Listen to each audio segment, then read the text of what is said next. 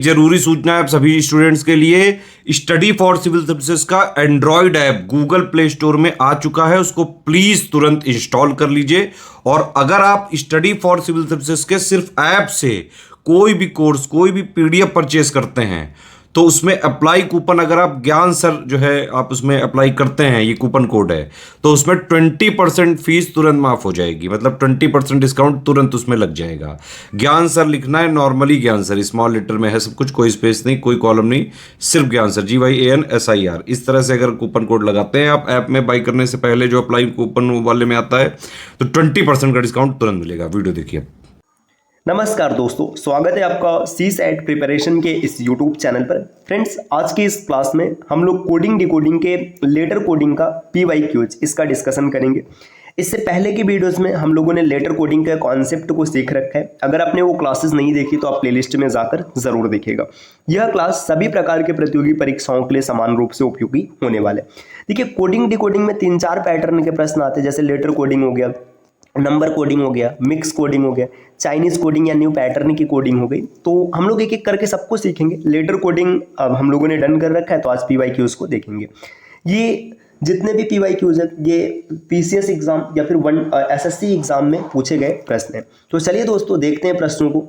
देखिए, यहाँ पर पहला प्रश्न दिया है कि किसी कूट भाषा में, ये लिखा नहीं है मैंने, आप समझिएगा। कोडिंग डिकोडिंग में यही होता है, किसी कूट भाषा में इस चीज़ को ऐसे लिखा जाता है, इसको ऐसे लिखा जाता है, तो इसको बताओ क्या लिखा जाएगा। जैसे यहाँ पे एक कूट भाषा में YOG को BRM लिखा गया, DSP को GBS लिखा गया, आपको बताना ZMC को क्या लिखा जाएगा।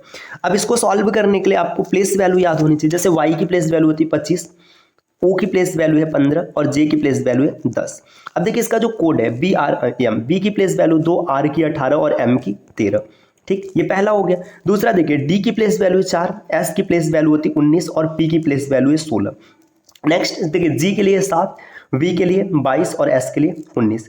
अब अगर आप पैटर्न को ढूंढेंगे तो थोड़ा आपको पता चलेगा। देखिए 4 और 3 7, 19 3 22, 16 3 19, प्लस 3 चल रहा है। यहाँ पर भी देखो 10 3 13, 15 3 18। अब 25 और 3 28 होना चाहिए, लेकिन 2 दिया है। तो देखो 25 के बाद 26, 26 के बाद A और B, तो यहाँ पर भी प्लस 3 ही है, तो प्लस 3 का पैटर्न चल रहा है। ZMC की बात करेंगे, Z की प्लेस वैल्यू 26, M के लिए 13 और C के लिए 3। अब इसमें जोड़ के आप चेक कर लीजिएगा। इसमें 3 जोड़ेंगे तो ABC, अगला आएगा C हो जाएगा क्योंकि 3 मिलेगा। 13 3 16, 16 का मतलब P हो जाएगा। 3 3 6 का मतलब F, तो CPF जो इसका उत्तर दिख रहा है यही सही बनेगा। CPF विकल्प यहाँ पे है दूसरा। ABCD ऐसे ही रहता है, तो ये आपका उत्तर बन गया। अगले स्लाइड पर आते हैं दोस्तों। देखिए यहाँ पे प्रश्न दिया है, स्कर्ट को इस प्रकार से लिखा गया, एप्रॉन को इस प्रकार से लिखा गया, तो आपको बताना है क्रैंकी को कैसे लिखा जाएगा। अब कुछ नहीं करना है, आप प्लेस वैल्यू तुरंत ढूंढिए, रखिए और आंसर निकालिए।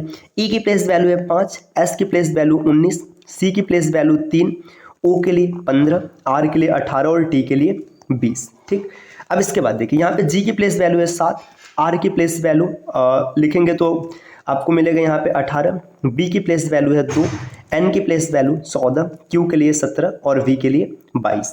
अब देखिए यहाँ पे अगर आप पैटर्न निकाल, या चलिए इसको भी लिख लेते हैं। पहले एप्रॉन की लिखेंगे तो A की प्लेस वैल्यू 1, P के लिए 16, R 18, O 15 और N 14।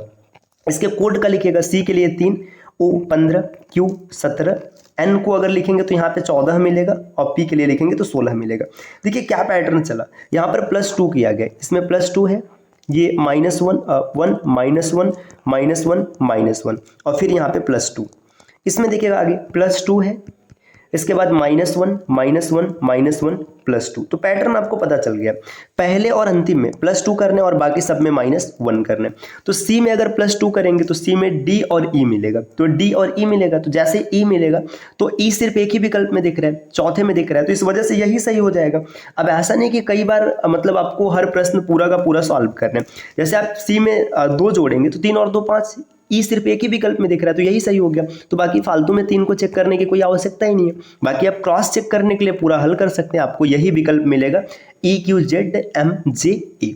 अब अगले प्रश्न पर आते हैं। नेक्स्ट यहाँ पे प्रश्न दिया हुआ है कि ऑफ कट्स को कुछ इस प्रकार लिखा गया और आपको बताना है कि पैराडॉक्स को भी इस प्रकार लिखा है, तो आपको बताना है कि नेलिंग को किस प्रकार लिखा जाएगा। ऑफ कट्स पैटर्न निकालो। O की रिवर्स प्लेस वैल्यू होती है L, ठीक। F की रिवर्स प्लेस वैल्यू होती है U। C के लिए X लिखा जाता है ना।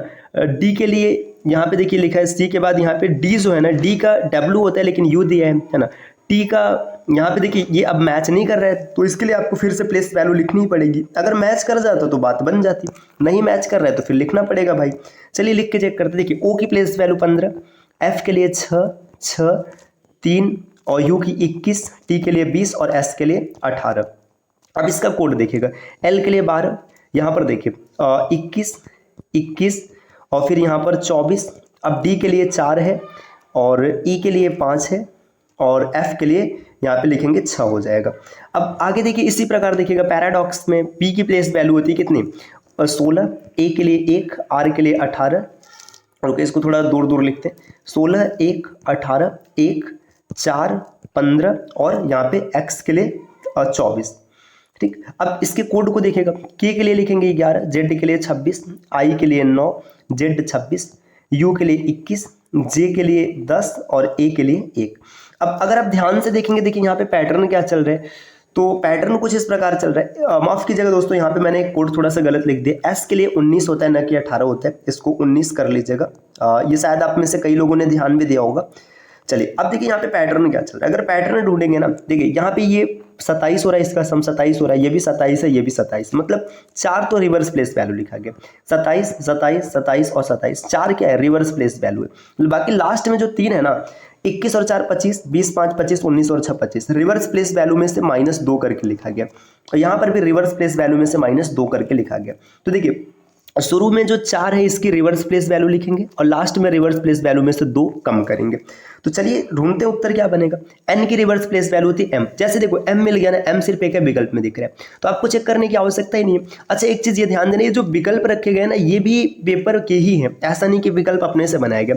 पूरा का पूरा प्रश्न PYQ मतलब जो पेपर में आया हुआ प्रश्न है वही है। देखिए किस प्रकार से एग्जामिनर खेल रहा है। आप अगर कोड पकड़ लिए तो आपको परेशान होना ही नहीं। देखिए n का रिवर्स प्लेस वैल्यू m, बस पहले में दिखा, टिक करो, आगे बढ़ो, क्योंकि इनमें है ही नहीं तो फिर आगे चेक करने की आवश्यकता ही नहीं है। अगली स्लाइड पर आते, यहाँ पे दिया हुआ है घोस्ट को लिखा गया ONGCB, अबाइड को लिखा गया UTMRQ। तो आपको बताना है रूल्स को कैसे लिखेंगे। देखिए ghost reverse place value 7, H के लिए 8, O के लिए 15, S के लिए 19 और T के लिए 20। ये रिवर्स प्लेस वैल्यू एकदम रटी रटाई होनी चाहिए। O के लिए 15, N के लिए 14, G के लिए 7, C के लिए 3 और B के लिए 2। इसी प्रकार अबाइड में देखिए 1, 2, 9, फिर यहाँ पे D के लिए 4, E के लिए 5। देखिए यहाँ पे लिखेंगे 21, 20, 13, R का 18 और Q का 17। अब देखिए रिवर्स प्लेस वैल्यू में जब आप इनको देखेंगे ऐड करने पे 15 7 22, 18 14 8 22, 15 7 22, 22, ये भी 22, ये भी 22, ये भी 22, सब 22 हो रहा है। तो आपको जो लिखना है ना, ऐसा लिखना है कि ऐड करने पे 22 हो जाए। तो देखिए R की प्लेस वैल्यू 18, U की प्लेस वैल्यू यहाँ पे 21, L के लिए 12, E के लिए 5 और S के लिए 19। अब 18 में 4 जोड़ेंगे तो 22 मिलेगा, तो यहाँ पे 4 रखेंगे, यहाँ पर 1 रखेंगे, यहाँ पर 10, यहाँ पर 22 बनाने के लिए इसमें कितना जोड़ना पड़ेगा 17 और यहाँ पर जोड़ेंगे हम लोग 19 और 3। अब देखिए सीधी सी बात है, 4 मतलब ये D, विकल्प की शुरुआत D से होगी, ठीक, और समाप्ति होगी C पर। तो D से शुरुआत और C पर समाप्ति, देखो कहाँ पर दिख रहा है, D से शुरुआत और C पर समाप्ति विकल्प तीसरे में है, तो यही उत्तर हो जाएगा। बाकी आप चेक करने के लिए पूरा चेक कर सकते हैं, कोई दिक्कत नहीं है। अगले स्लाइड पर आते हैं। नेक्स्ट यहाँ पे देखिए दिया है कि क्रैंच को कैसे लिखा गया। यहाँ पे देखिए क्रैंच, क्रेन को लिखा गया, क्रैंच नहीं, क्रेन को लिखा गया CPCTE। वास्प को इस प्रकार लिखा गया। तो आपको बताना है जूस को कैसे लिखा जाएगा। निकालिए कोड तुरंत इसका। देखिए C की प्लेस वैल्यू 3, R की प्लेस वैल्यू 18, A की प्लेस वैल्यू 1, N की प्लेस वैल्यू 14 और E के लिए 5। देखिए यहाँ पे क्या लिखा गया 3, P की प्लेस वैल्यू 16, इसके बाद फिर से 3 और T की प्लेस वैल्यू 20 और E की प्लेस वैल्यू 5। ठीक, नेक्स्ट देखिए W के लिए 23, A के लिए 1, S के लिए 19 और P के लिए यहाँ पे 16। पैटर्न देखिएगा, R का 18 हो जाएगा, U के लिए 21 हो जाएगा, C के लिए 3 हो जाएगा और Y के लिए 25 हो जाएगा। अब देखिए पैटर्न नहीं दिख रहा है यहाँ पे, पहले में नहीं दिख रहा है लेकिन दूसरे में देखिएगा। 23 और 2 25, 1 और 2 3, 19 और 2 21, 16 और 2 18, प्लस 2 किया गया। आप ये मतलब पैटर्न चेंज करते हो। 3 और 2 5, 18 2 20, 1 और 2 3, 14 और 16 2 16, 3 और 5। अब यहाँ पे लास्ट में ये इसमें माइनस कर दिया गया है दोस्तों। ये ई मतलब ये यहाँ पे जी होना चाहिए, ये लिखने में शायद मिस्टेक हो गई, यहाँ पे जी होना चाहिए। बस अगर जी कर लेंगे तो ये सही हो जाएगा। ठीक, यहाँ पे अगर जी हो जाएगा तो पैटर्न मतलब फिट हो जाएगा, यहाँ पे 7 आ जाएगा। बी माफ कीजिएगा, थोड़ा सा लिखने में मिस्टेक हुआ है। अब देखिए यहाँ पे आपको जूस का कोड बताना है, दो ऐड करना है। जे की प्लेस वैल्यू 10, 10 में 2 जोड़ेंगे 12, 12 सबसे लास्ट में जाएगा, मतलब एल सबसे लास्ट में आएगा। एल सबसे लास्ट में 2 विकल्पों में, तो इन दोनों में से कोई उत्तर बनेगा। इसके बाद देखिए ई में 2 जोड़ेंगे तो यहाँ पे क्या आएगा, 7 आएगा, मतलब जी। अब यहाँ पे चेक ही करना पड़ेगा, देखिए। अब फिर इसके बाद 3 में 2 जोड़ेंगे 5 हो जाएगा। आई 9 में 2 जोड़ेंगे 11, 11 का मतलब यहाँ पे के आएगा, जैसे के आएगा ये विकल्प सही हो जाएगा।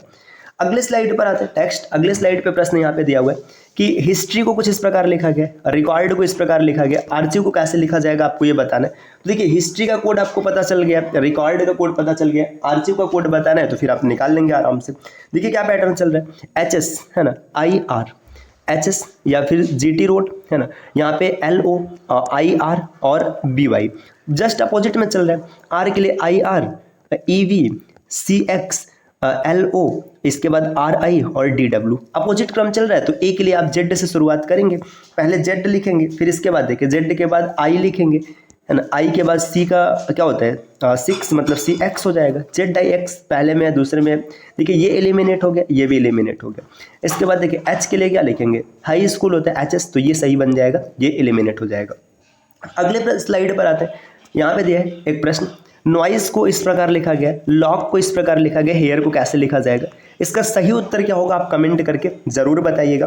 दोस्तों हम लोगों ने लेटर कोडिंग को डन कर लिया है, अब अगली क्लास से नंबर कोडिंग को स्टार्ट करेंगे। नंबर कोडिंग में भी बेहतरीन प्रश्न आते हैं।